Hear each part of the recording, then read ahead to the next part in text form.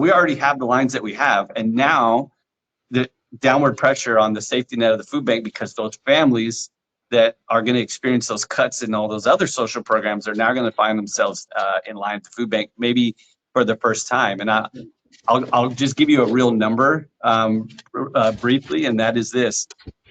If that proposal to the change in SNAP happens, Pete, the financial impact, the fiscal impact on California would be $1.2 billion.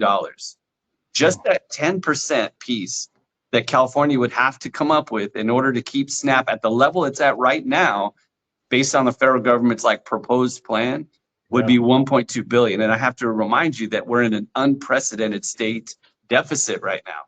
So if we're already in a state deficit and they're already looking at making cuts to, everywhere you can imagine here in California to try to balance the budget here, where's that 1.2 billion going to come from? The reality is it's not going to come from anywhere. It's just going to be a cut.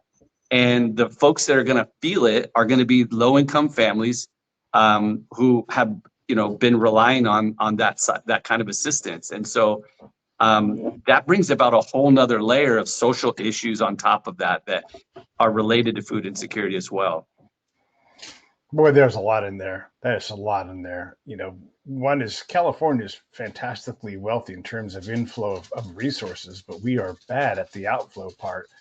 And so we need to feed people. And you're totally right. Like SNAP itself is a problematic program because food stamps are tough to use. Yeah, they give you a debit card, but it's not as simple as it seems. And there's shame involved too. When you tell someone you're going to go to the food bank, or you're on food stamps, there's a negative judgment personally that would come like towards me if I was to do that.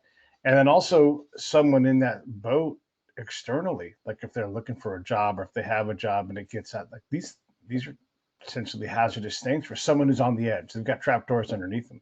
I'm not saying that anybody actually is going to get mad at them or anything, but